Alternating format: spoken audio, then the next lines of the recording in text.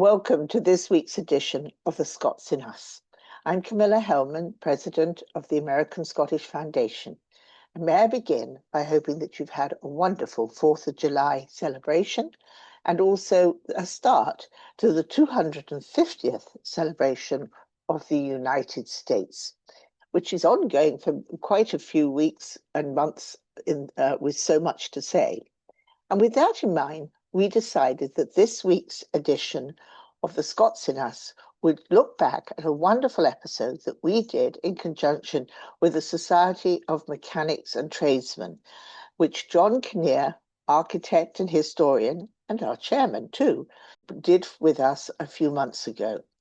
It looks at the influence of various artisans on the development and style that has shaped so much of what is the United States and New York in particular. And so without more ado, let's now join John Kinnear for The Artisans. We are very pleased to welcome you to the Scots Who Built New York with John Kinnear, historian, preservation architect. The talk will examine the considerable impact of Scottish American architects, artisans and engineers on the development of New York from the 1700s until today. We are honoured to say that some of the Scottish figures John will be focusing on were active General Society members from the 18th and 19th centuries. The General Society of Mechanics and Tradesmen of the City of New York was founded in 1785 by the skilled craftsmen of the art of the city, many of whom were artisans. Today, our 239-year-old organization continues to serve and improve the quality of life for the people of the City of New York through our various educational programs. These include our library, of course, of which for in-person audience we are occupying this evening, the John M. Mossman Locke Museum. Again, the in-person audience are welcome to visit that after the talk this evening, our tuition-free Mechanics Institute, and finally, our nearly 200-year-old lecture series, of which, of course, tonight is part of. I want to thank Thomas Donahue, our window curator, for designing another wonderful window. This display embodies with humour and panache Scotland and New York City, and I definitely encourage you to have a look on your way out. It is on the west side towards 6th Avenue.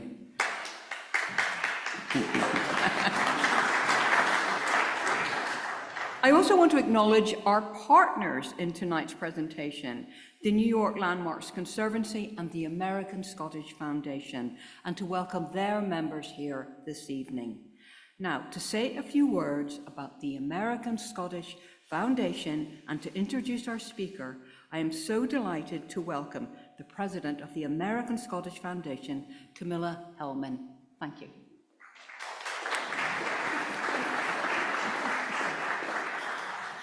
Good evening.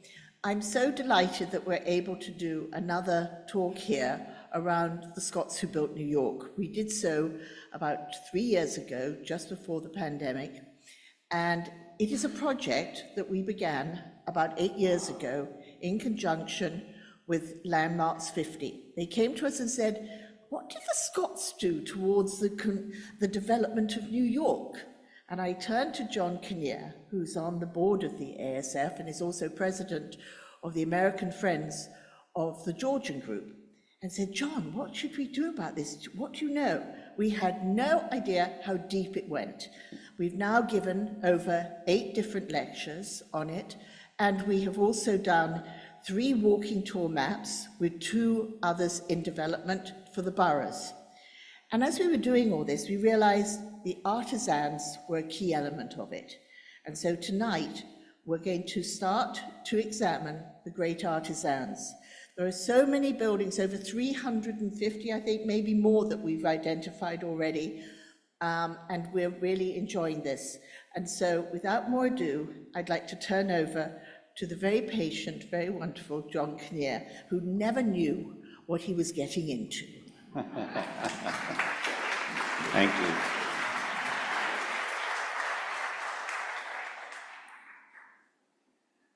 Good evening. It's so nice to see so many people here tonight. We'll probably jump right into this talk. But I did want to mention that we've had some people that, hearing about the talk, have gotten in touch with us about family members. We have Amy McMillan, who is a descendant of John Macomb. We have Emily Fuller, who's a descendant of James Renwick Jr. And we also have people that have come to us. Oh, George Boyd, whose great-great-great-grandfather was the first president of the General Society. So I want to thank those people for coming forward.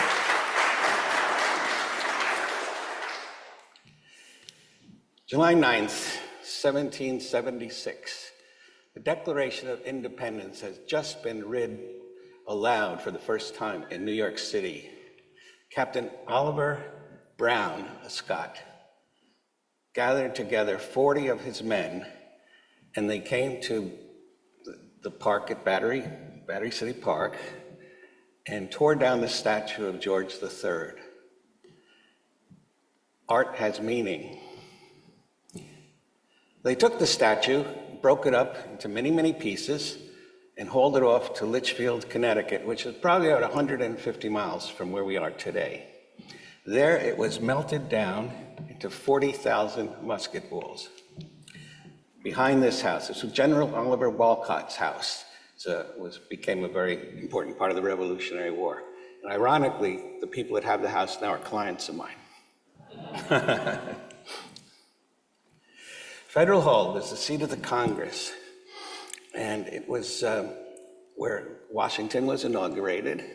And it was designed by a French architect, actually, Lafont, who was a very influential person. We're going to be talking a lot about influencers.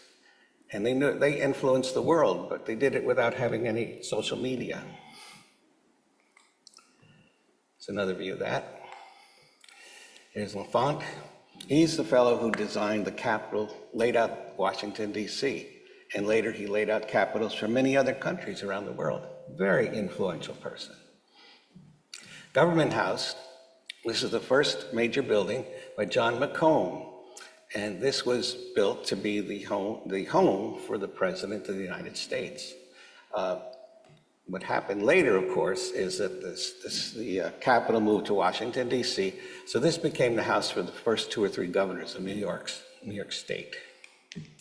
John Witherspoon, the art of diplomacy, the art of statesmanship. He was a Scot who was involved in the wars, the Jacobean Wars, and eventually was captured there, taken prisoner, taken to Boone Castle in Scotland, where he literally tied sheets together, like in the old movies, and escaped over the walls, and eventually came to the United States. He was one of the founding fathers, very involved, one of the first signers of the Declaration of Independence, the Articles of Confederation, and worked on the Constitution. He was the only minister, the only religious person in the founding fathers. James Wilson, another founding father, very important. George Washington made him one of the first judges of the Supreme Court. Gilbert Stuart, the artist, again, a very influential person. Every one of our dollar bills has a Gilbert Stuart portrait on it. A few of his paintings. Lansdowne portrait was actually commissioned by an Englishman, and this portrait was in England until about the 1870s, when the National Museum, the National Art Gallery here in Washington purchased it. The Skater. This was painted when Gilbert was living in London, and it was Lord Grant. Adam Smith, talk about an influencer. Modern economics as we know it today was pretty much his creation. He very much influenced Alexander Hamilton in putting together our government here as we know it today. Some of his writings. John Macomb Jr., born in 1763. He and his father were architect builders here in the city before the Revolution. stayed in New York, and at the end of the revolution were very, very important to the rebuilding of the city, which had no construction for about 10 years while it was occupied by the British. He won the competition to do City Hall with a French architect named Magin. He was educated at the Beaux-Arts School. And today, this is still our city hall. Some of the interiors are just beautiful. This is a picture during, contemporary to its being constructed. St. Mark's Church, still a very powerful, important part of the community, the downtown community. It was the site of Peter Stuyvesant's farm. Castle Clinton. This is Fort Clinton, which you can visit today. It's part of the National Park Service, and it has been restored to how it was as a fortress. Macomb turned it into what we would call our first Madison Square Garden here in the city. It was a venue for entertainments. The Watson House. This is just across from where the Staten Island Ferry lands, and it was owned by a owner of many ships. The columns supposedly were made from his masts. Alexander Hamilton. There's a lot we have to say about Alexander Hamilton. Third son of the Hamilton family. His father immigrated to the Caribbean to make his fortune. He never made his fortune.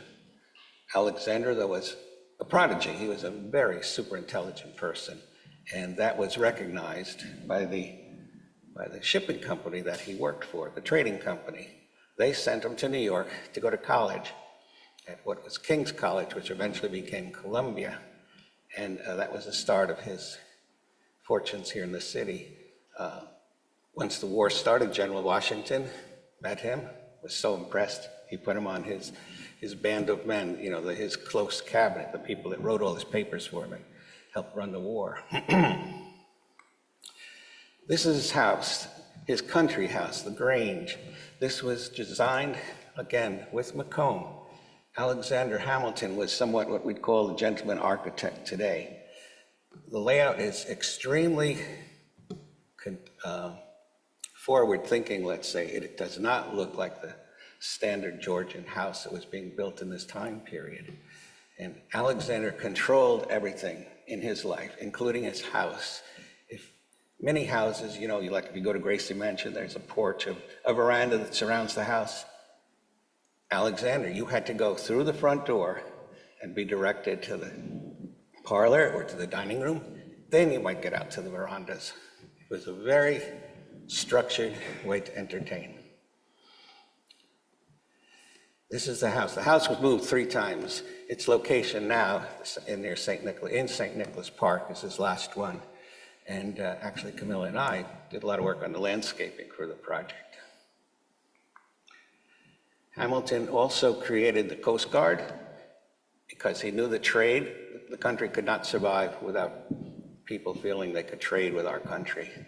So he had Macomb build a series of lighthouses up and down the East Coast.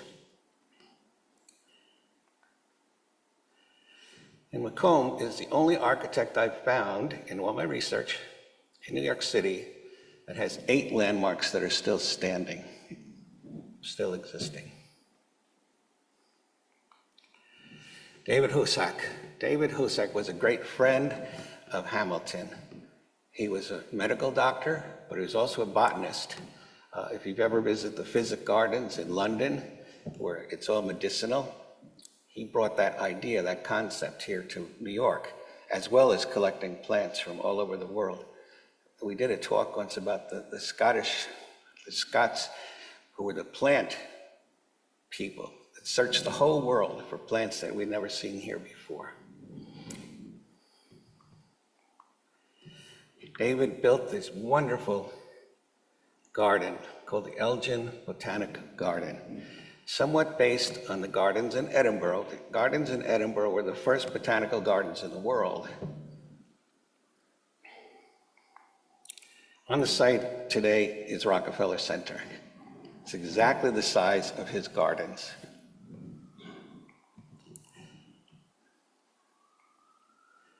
Again, they were good friends, and Hamilton was also very into plants, and he and Hussick got together, and this is a drawing we found of one of the gardens that Hamilton wanted for his house, and we were able to recreate it.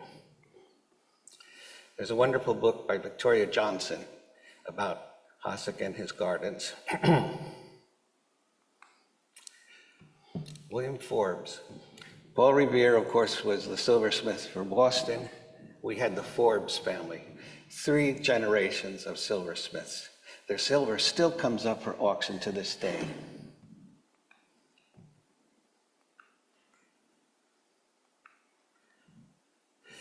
Influencers.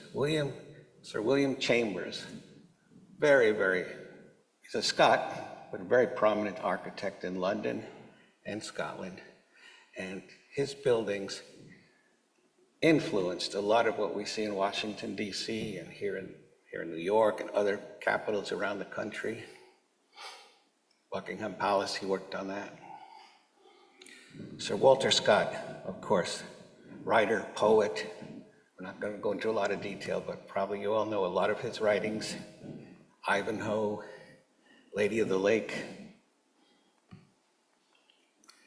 Anne Forbes, for her time, she was a very well-known Scottish portrait painter, an unusual profession for a woman in the day.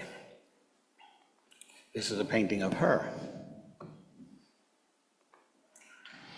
William Marshall, he was a musician, composer, and author. He collected much of the Scottish music that we enjoy today, the dances, the reels, everything else. And he published it. He published it in books, and his music is still published to this day. So if you're in Scottish music, you've probably run across works from him. 19th century. Duncan Fife, furniture maker here in New York, cabinet maker. Premier cabinet maker. Some of his work is in the White House. This was his shop. You can also see quite a bit of his work at the American wing of the Met. Robert Adams, another great influencer, Scottish architect, 18th and early 19th century. His work influenced so much that's happened here in New York and in this country also. And he was also a furniture designer. Here are some of his pieces.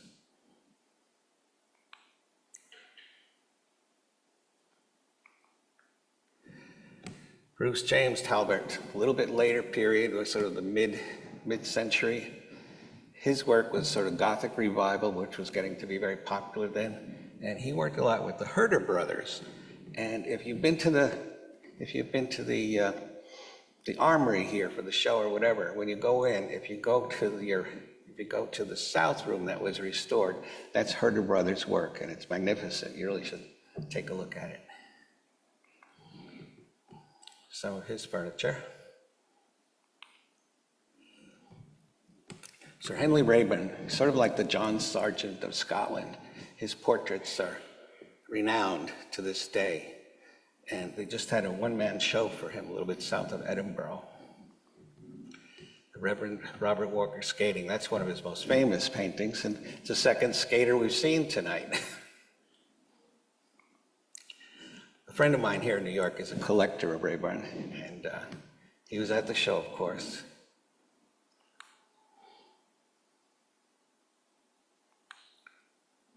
Canvas White, Benjamin Wright, engineers responsible for the Erie Canal. A life-changing moment for New York City and for the rest of the United States. The canal connected the East Coast to the Great Lakes to the west. Very responsible for all the settlements that took place out west. And it made New York, of course, the Empire City, and it became the Empire State. Because of this canal, it became the busiest port, eastern coast of the United States, and probably one of the busiest in the world.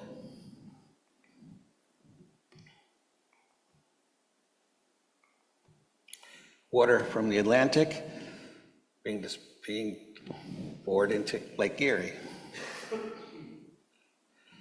Davis Bates Douglas, Scottish engineer, here in New York. He also, besides what we're going to see now, he laid out Greenwood Cemetery, which was considered the first public park in New York City. He did the reservoir, which today is Bryant Park and the New York Public Library.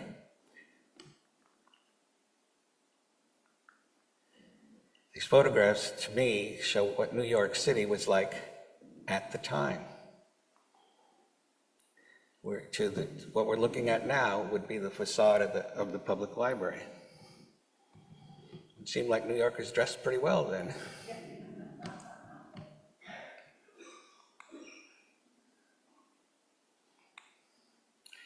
Massey Ryan, a sculptor, his work is not only in New York, he was a sculptor pretty much worldwide, incredibly talented man. And I believe the General Society has some of his medallions here. Yeah. This is one of his busts. It's in Brooklyn by the Arch. And here we have Peter Stuyvesant, moved from New York to Jersey City. I don't know why. And now we have Andrew Carnegie, who you probably know something about him. And he was the rags to riches, real life story. Came when he was about 14 or 15 to the United States. His family had to leave Scotland. Ended up in Pittsburgh. And incredibly intelligent person. I guess you'd call him a genius nowadays. He ended up working for the telegraph company. And he could deliver telegraphs from memory. He didn't have to carry any paper around. So if he'd run into someone in the street, he'd just tell them, "Oh, here's your telegram." And he was so impressed the head people of the railroad, the Pennsylvania Railroad, that at about 16, he's like the assistant to the president. And they so liked him, they wanted him to stay with them forever. And this is going back to Scotland. This is where he was born. And the house is open now, you can visit it. Anyway, the railroad people would put him on to things that they were going to be doing that would have a tremendous value in stocks. And they would actually give him money to buy stocks. And this was his first company, Adams Express. It's like the Railway Express or American Express today. And from this, it evolved into him getting involved in the iron industry first. And he was very involved in the Civil War. And he realized that iron wasn't really strong enough. So he went to England and he learned all about how to make steel.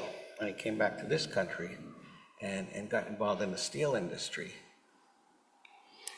And he was, now he's got these steel mills. What's he going to do with all this steel? So he goes to cities, and a lot of cities, they need bridges across the rivers. And this is the one in St. Louis. So they'd say, well, we don't have any money to build a bridge. So he would go to Europe and sell bonds to get the bridges built. So he worked both sides of the equation.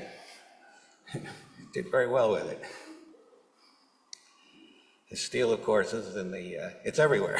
But here it is, the Brooklyn Bridge. Now, Louise Whitfield was his wife. They courted for 18 years.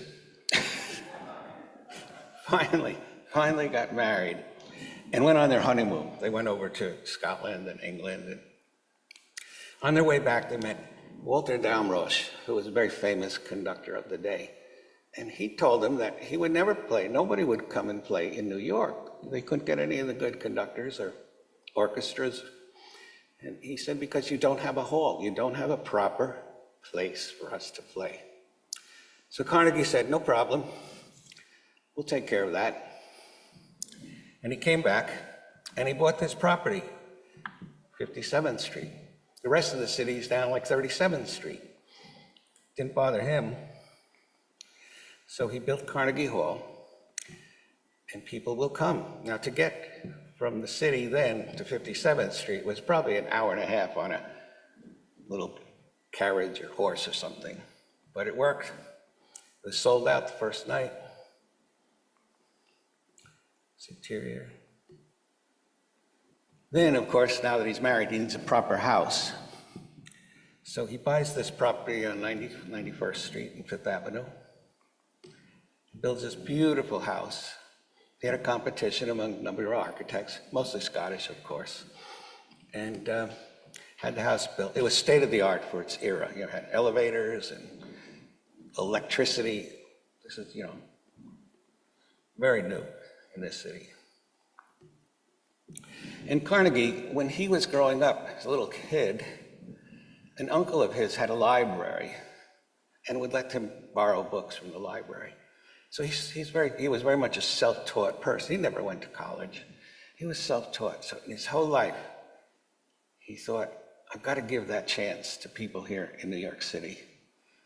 So he got together with the Astors, had a private library, and got some other people together, and they put up the money, and they built the New York Public Library.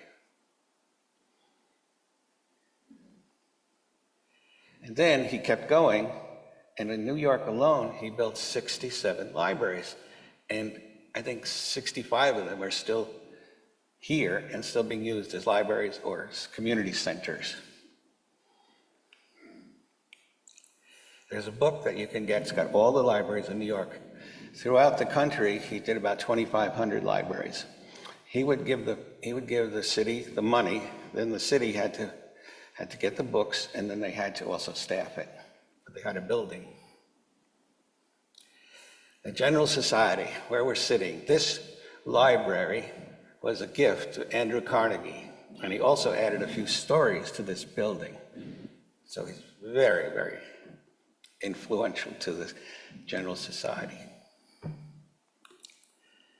Edinburgh Central Library. He did libraries all over the English-speaking world. He got involved in scientific projects also.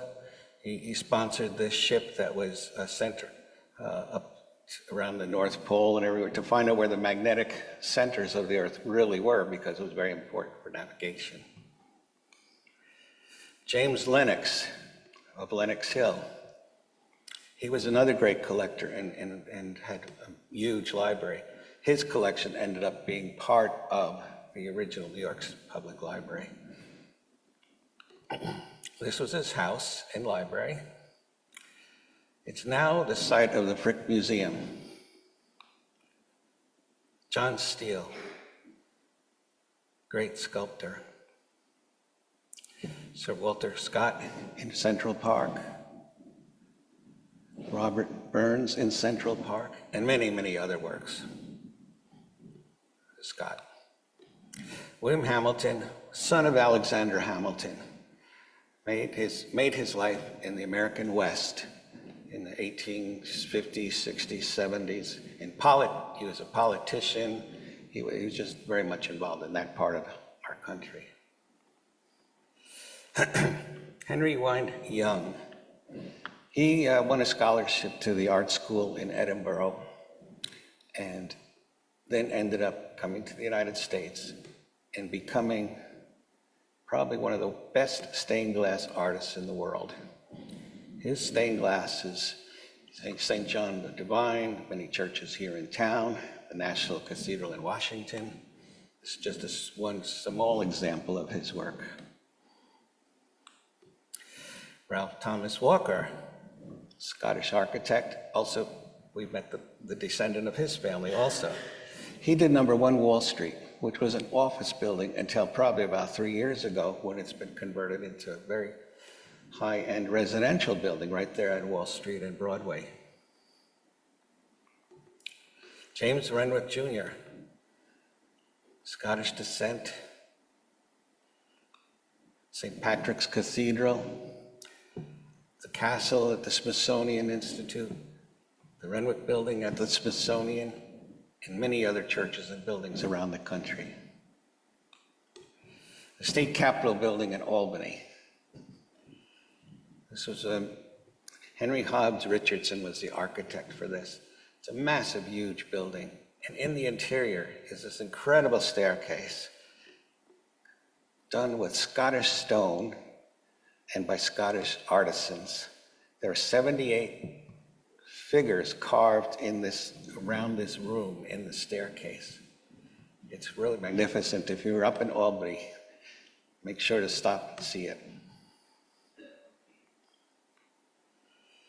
20th and 21st century. William Tuttle, Scottish architect. Carnegie hired him to do his hall, his most important project up to that time in his life. Tuttle had never done a hall, but he went to Europe and he studied all the great halls, because everything is about acoustics. We didn't have any AV equipment back in those days, and he got it. He got it just right, and it's still considered one of the best halls anywhere in the world. John Duncan, another Scottish architect. This is Grand Army Plaza Arch in Brooklyn.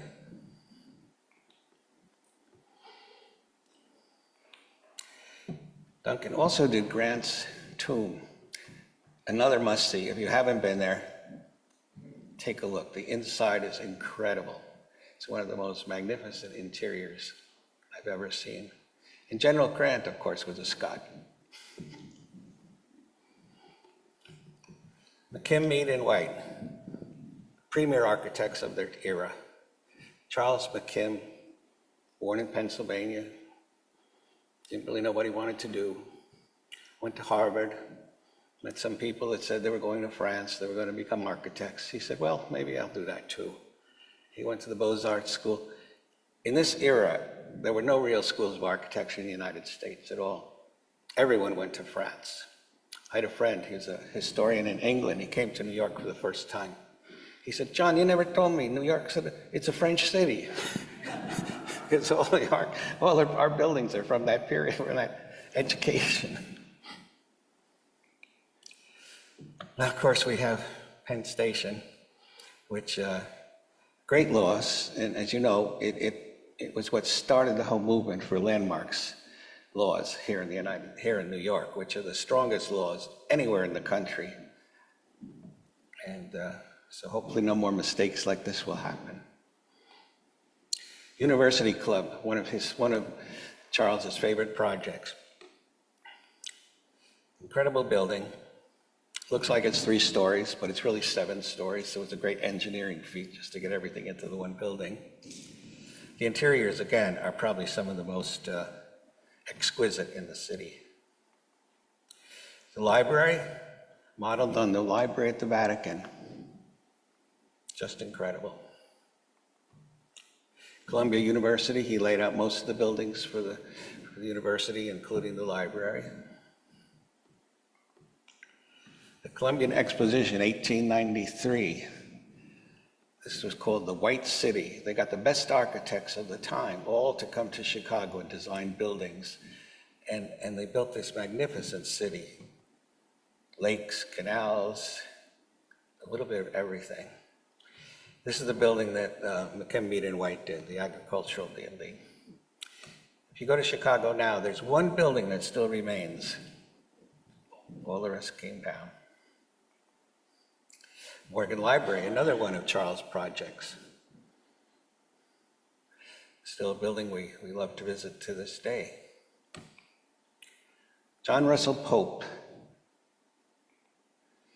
He's the one that turned the Frick residence into the Frick Museum. This is the courtyard. This used to be an open courtyard. He enclosed it with this wonderful ceiling. Here it is from Fifth Avenue. They're just finishing up a major restoration of the building. It should be open early next year, I think, is what they're planning to have it open. William Lamb. His father was a carpenter, came to America.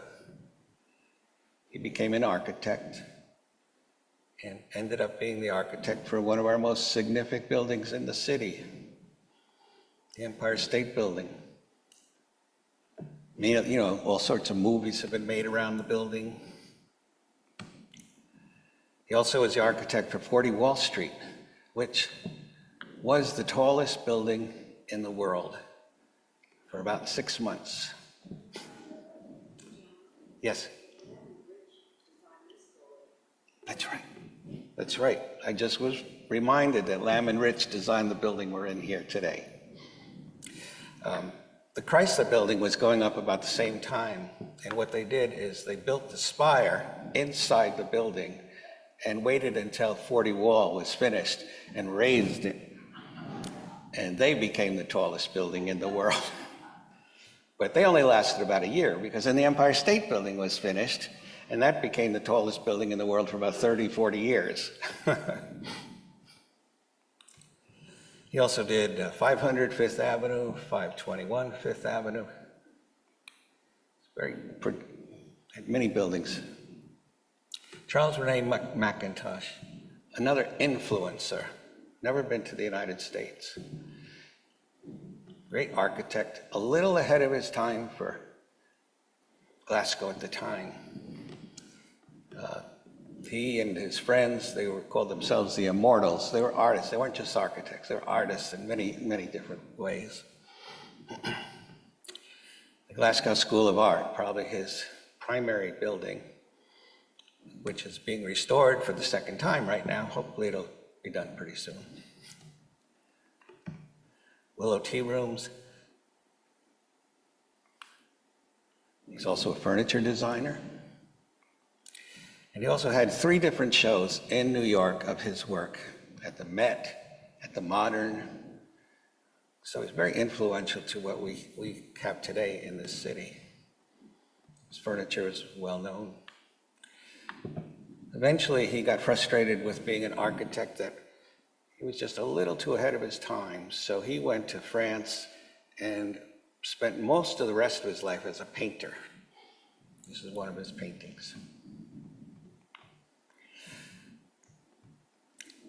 This Mr. Gowdy here, he's a Macintosh historian, still very popular, still very active today. And Macintosh's designs also had a lot of influence on fabrics, fashion. There's a company in Scotland today called Tosh, and that's what they do, is fabrics, and so his name lives on. Frank Lloyd Wright, again, one of the most endearing architects in this country. And a lot of people don't know he spent the last 5 years of his life here in New York City, living at the Plaza. We did one of the suites in his designs. There's one house in New York City, it's on Staten Island. It's still a private house. The Guggenheim, of course, is what brought him to New York. And he stayed. He never got to see it finished. It was pretty close, but he didn't make it he didn't see it this way. It's interior. It's a little house. This room is in the Metropolitan Museum of Art. You can visit it. Philip Johnson. He and Ludwig Mies van der Rohe were responsible for the Seagram building, which is probably still to this day the most elegant skyscraper, maybe in the world. It was financed, of course, by the Profitmans.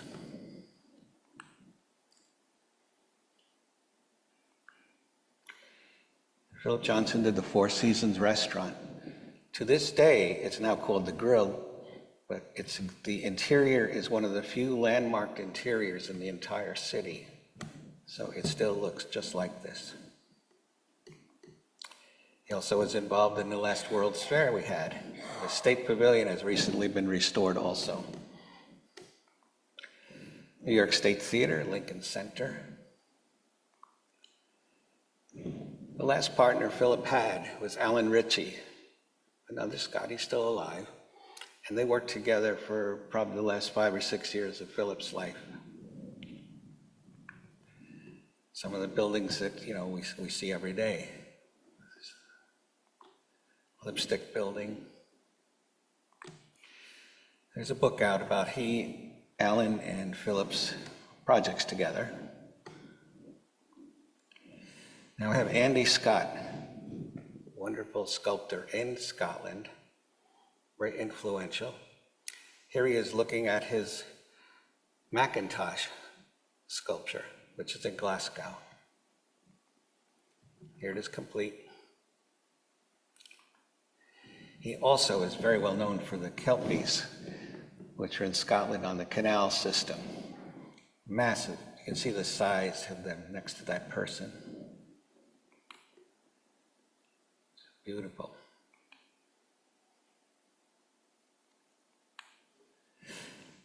They came to New York, slightly miniature version, but they were in Bryant Park for a while.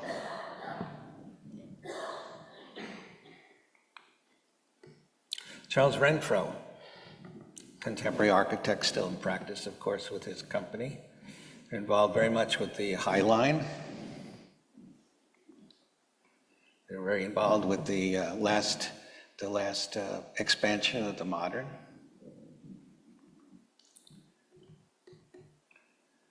Alice Tully Hall at Lincoln Center. John Jackson, he's an engineer that works in structural glass, and we've probably all seen the Apple Cube. That was one of his projects. And they did a lot of work, of course, with Apple and other places too. And he also did, you know, the tickets in Times Square? That was one of his projects also. This is Burns, he's a wonderful painter, Scottish painter. Interesting painting. The juxtapositions are very interesting. They're photographically realistic, but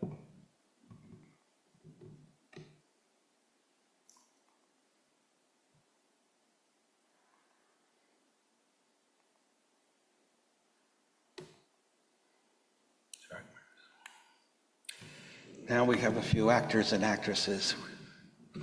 Sean Connery, of course, he had a place here in New York, and we all know everything that he's done, I would say. Not only just James Bond.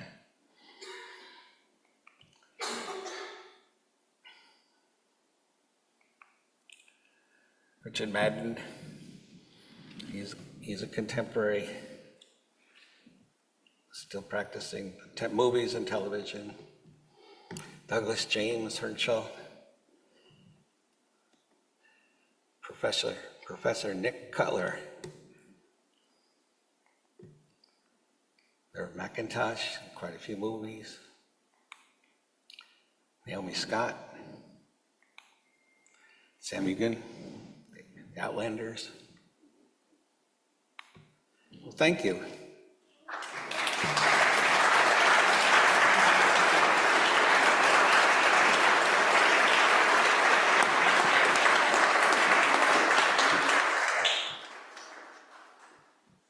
John? Yes. Thank you so much. What a wonderful overview of the contribution of Scottish Americans to New York City and indeed to the world. And interesting to see how strong a thumbprint they still have today in contemporary New York. Definitely, yes. Well, we'd like to take some questions now, both from our online audience and in person. Do we have any questions? Don't tell me that John told you everything you knew about Scottish Americans. Okay, we have someone at the back.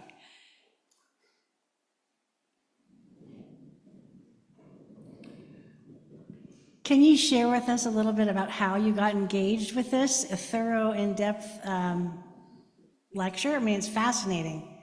How did you get involved with this? Well, Camilla and I have been friends for a long time, and we were on the Landmarks Alliance, which was formed when the Landmarks Commission was 50 years old, and they asked us if we could do something that made a connection of the Scots to New York, and we didn't really know where we were going with this idea.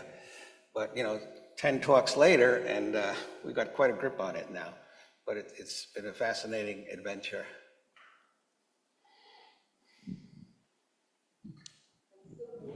Hold on. Could you hold on till the mic comes to you? And in fact, we have a gentleman here, and then I'll be up to the front. John, thank you for the survey and the overview. I'm curious as to whether you would consider opining as whether the contributions of this litany of Scotsmen is distinct, out of scale, out of character, to other ethnicities in the early days of New York? Would you characterize this as particularly influential? And I guess as part of that question, is there a relationship between one generation of artists and artisans depicted here and the next? Was the continuity of Scottish influence one that attracted others in its wake? Well, I think what's most interesting, and certainly we found out, is the Scots have been coming to New York since the earliest days of New Amsterdam. The Scots and the Dutch were traders, 15th century, 14th century. So when the Scots set up New Amsterdam, which of course was a business proposition, this wasn't a colonization situation. They brought the Scots over. The Scots were, at that time, world famous warriors. So the Scots were brought over as traders, as merchants, and also they were the army that protected New Amsterdam. And then there always have been Scots in this country from that very beginning till now. They never came as a huge surge. There was never that kind of a impact on the city all at one time. That's why there's no little Scotland, there's no, they've always assimilated themselves into the New York fabric, basically. And from generation to generation, it's not necessarily always the same family, but a lot of families like the Forbes who were silversmiths for 3 generations, that alone, or the McCombs, it was the father, the son, and one of the McCombs was one of the wealthiest people in New York. He's a trader, a fur trader. So it's just they didn't come over here. In a way, Carnegie is one of the few people that had to come over out of absolute poverty. A lot of the Scots that came here were not poor people. They just wanted adventure. They wanted something new. That was kind of the impetus. And John, one of the fascinating things was when the Erie Canal was being built, they ran into trouble. And it was the Scots that they turned to. Geddes, who was leading on the engineering, went back to Scotland and brought back the team. Yes. That then turned things around. Correct, yeah. Right, I just want to do an online question. Do you think there's any influence of Charles Rennie Mackintosh, intentionally or not, on Frank Lloyd Wright? Well, that was something that we brought up. We did do a talk just on Mackintosh, right here. We did it here and a few years ago. And that was one of the parallels that I did talk about. It's almost like they're on the same wavelength, although they never met. And there wasn't that much exchange of publications between them. But their styles are very, very similar, no question. And John, do you think, is there a book inside of you? Not to put pressure on you, of course, but it certainly sounds like you hit a vein of gold and it has to be further explored. And with what we heard tonight, I'm surprised there isn't a book. What we'd like to do is to put a website together so that because we feel this is a legacy project. There's so much that we've collected now over the last 10 years, and we'd really like to make it more available to everybody, because I don't think anybody had any idea what there was. So we started on a book, but I really think we'd like to go even further. Just about your process in assembling all of this information, where did you begin? When you said, I need to discover.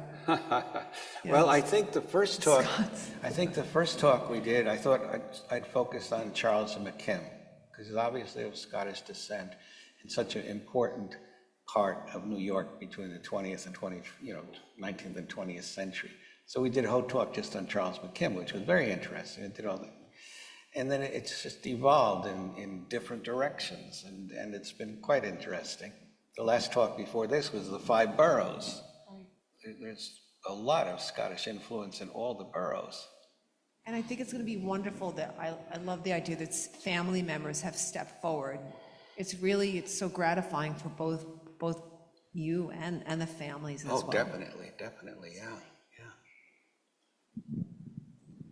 Is there any one of these artists or architects who you like that you do another talk, like a more in-depth talk on? Well, we've done John McComb as an individual. We've done John McComb, we've done, excuse me? The modernists. Yes, and we've done Charles McIntosh and McKim, and we've done, Charles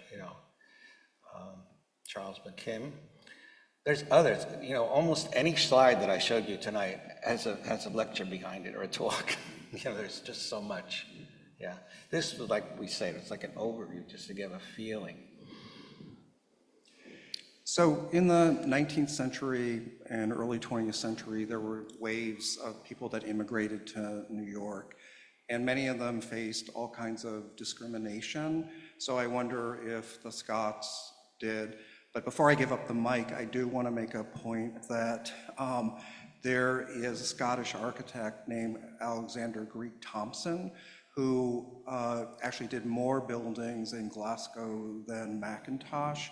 And people have written that he was actually the architect that Frank Lloyd Wright looked to, and there have been sort of books and articles about the similarity of Wright's work to Thompson's. No, that's interesting. In fact, if you want to send us an email or something, that's something we could consider also. These projects have a tendency to grow, as you get more information from different people. Yeah. Discrimination, was there? I can't say that. I don't think the Scots were ever in one group that could be discriminated against. They were spread out. There are different places around the country where you have a little bit larger Scottish population. I know Columbus, Ohio, for some reason, has fairly large Scottish population. Glen Cove, Long Island's fairly Scottish. There's a Scottish population out by San Francisco, but never enough that would attract, and I know what you're talking about with the Irish and the Italians and everything else, but I don't think they ever faced that kind of discrimination. Approximately how many Scottish Americans are there? They say there's 40 million people of Irish descent. Do you have an idea of how many Scots Americans there are? I don't really. It's probably not a huge number because, like I say, they've assimilated into the United States over such a long period of time. It's amazing how many millions do say that they are Scots. So I think people do love the Scottish heritage. Right, so I don't know the online audience to saying that. I think Camilla was making the point that many people are happy to claim Scottish heritage. I have a few more online questions. Can you talk about the Scottish influence in Cleveland? Stonecutters came from Scotland to work on the Soldiers and Sailors Monument, and that's from Gretchen online. Well, our focus tonight, of course, was New York, but I do know that there was a lot of Scottish influence in a lot of the other cities around the country. Absolutely. The fellow who taught me how to draft, actual draft, was a Scot who came to the United States because he was working on the Capitol building for the expansion of the Capitol building. And he's the fellow that could draw an eagle so a sculpture could make an eagle that looked like his picture, that kind of thing. So I really appreciated that kind of training in my young days. I believe that the White House stonemasons were Scottish. I'm sure they were. Yes. I'm sure they were, yeah. They've just been back in the last few years to do the repairs. Yeah. That's what brought, like I say, the fellow who taught me how to draft. He worked for the stonemasons. There were the companies that did all the carving for the stonework in the United States. That's what brought him here. And then he just didn't go back. Would you comment on the influence of religion on the Scots of New York City? Were there a mixture of Anglicans and Catholic? Yeah, I think it was a mixture, quite honestly. I didn't find any focus in that sense. Right. I know in Denmark, in Copenhagen, there's a Scottish church that dates back to about 1710. It's still there. Right. Is there any part of New York City that reminds you of Edinburgh or another Scottish city or place? It's hard to say. It depends, I guess, if you're in New York and where you are in New York. I'd say like if you go into like Brooklyn or something, you know, where they have the beautiful little brownstones and townhouse areas. It can remind me a little bit of like the new town outside Right. of Edinburgh, you know, that kind of thing, where you get the Georgian architecture.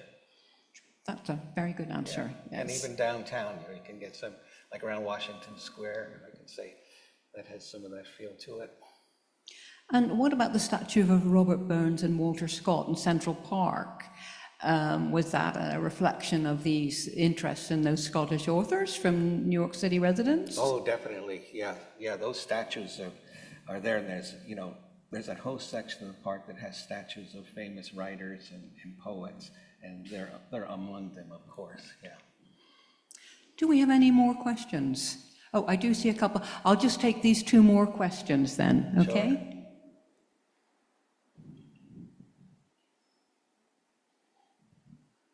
Yes, thank you for enlightening us about the Scots men who were involved in influencing New York. And also, I learned a lot about New York City, which I didn't know before.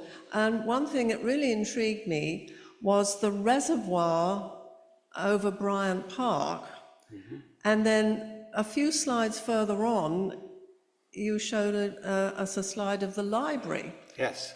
So what happened to the reservoir? Why was the water supply suddenly What happened somewhere else? was 20 years later, they created Central Park, and the reservoir became the lake in Central Park. So they didn't need that reservoir anymore. And that's basically what happened. The water comes from the same place. It's that whole Croton system, you know, from upstate New York, comes all the way down, ends up in the reservoirs at Central Park. And, you know, for the last 30 years, they've been rebuilding the pipes that are miles underground, under Manhattan and Brooklyn and Queens, to bring the water into the city. But that's what happened to the one where Bryant Park is. Thank you for an exceptional talk. It was fascinating and connects us all to the buildings we see every day. Thank you. You noted the loss of Penn Station. In this very room, there was a talk from a group called the Rethink Penn Station Group, and apparently now, unless it's stopped and the resources are redirected, there will be a loss of many of the buildings south of 34th Street on the west side. So I don't know if there's any way the ASF group and the General Society of Mechanics and Tradesmen could perhaps mobilize to support the Rethink Penn Station efforts to preserve. I know it's been talked about for at least 10 years or so, and I don't know if it's created enough momentum. Now, they did do they did take the old post office and created the Amtrak station in that building. So at least that whole facade wasn't destroyed, because that was part of the whole Penn Station, the post office, everything. It was like, again, like a little miniature white city down at that part of New York City. And I'm glad they didn't just knock that down, the old post office. I also want to mention that our partners, the New York Landmarks Conservancy, are advocating very hard against those buildings go down. And if you go to their website and sign up, you will get emails corresponding to that. And we also had a recent lecture on the why those buildings shouldn't be torn down, because basically the purpose of the lecture and the group who gave it was through running trains, sending the trains further on than Penn Station and other stations in New York City. And Rethink Penn Station and Sam Turvey, if you Google that, John, to your point, have they been mobilized? Sam Turvey would say absolutely without a doubt, and he's certainly a force to be reckoned with. He's very convincing, I have to say. So, pass that. Yeah. So Rethink NYC for anyone who wants to find out more information about that.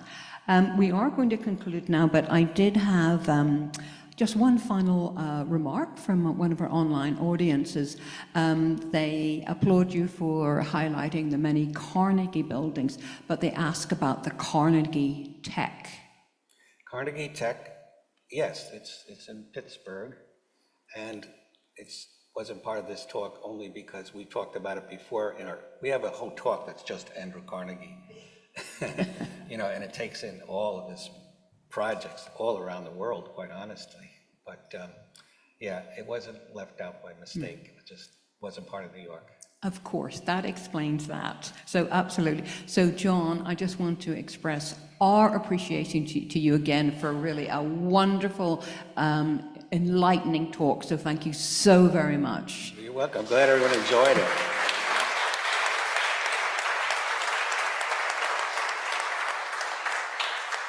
Thank you.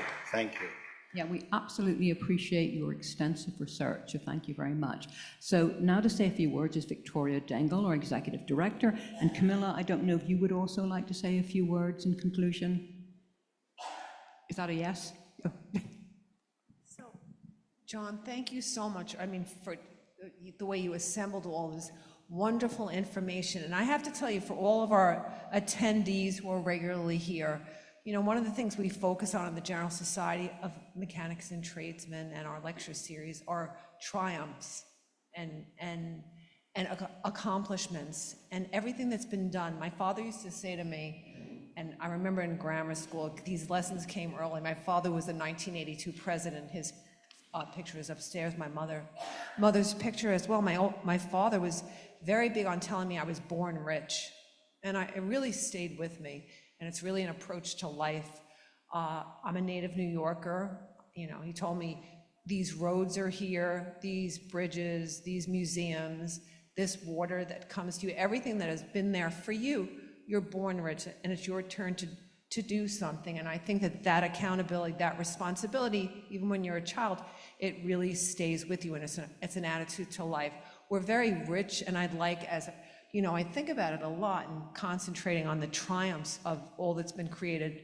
And I know there was a lot of men talk, that's okay, as I always say, and we lived happily ever after, it's all fine, because we concentrated on all of these people who gave us so much. Carnegie, I just want to say, if not for him in 1903 to give the General Society of Mechanics and Tradesmen $250,000, that was well spent, because this library, I think about it every day, I've said that before, how he had the foresight to give us that money, and then we were able to put 2 floors on top of the building. I do want to say Lamb and Rich was the first campaign of the building.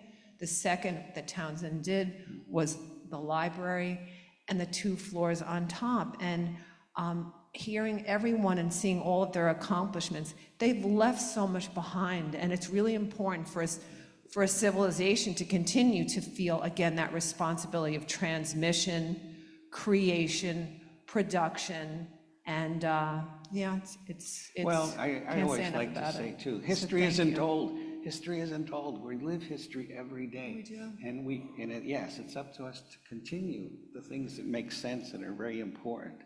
And if you don't want to look back, you will have a hollow life, because you'll just never feel the things that are around you. So as I sat here, I just really was thinking, more of an affirmation for that. So thank you so much for feeding our souls. Thank you. Thank you for being such a wonderful host, Victoria, and all of that you've done to help us to put this together.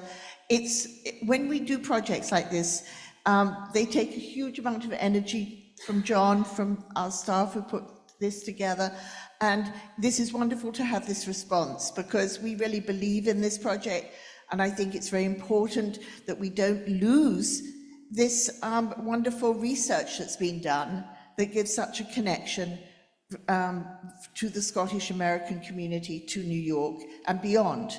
And so thank you so much for being so responsive to everything we're doing. Thank you. And as we conclude this season, we may have one more lecture. I just want to say, Karen, thank you for producing these lectures and for all of your wonderful hard work. Thank you. Yes. Or behind the scenes stuff. Right, of course, to Meg Stanton and Angelo Vigorito. And Angelo also doubles as our archivist, if you could believe this. and he's our technical director. Thank goodness for his electrical engineering background. That comes in handy in his production background. And to Thomas Donahue, again, our wonderful curated windows. Thank you, Thomas. You are so, we love you. Thank you. Thank you for all of your attention.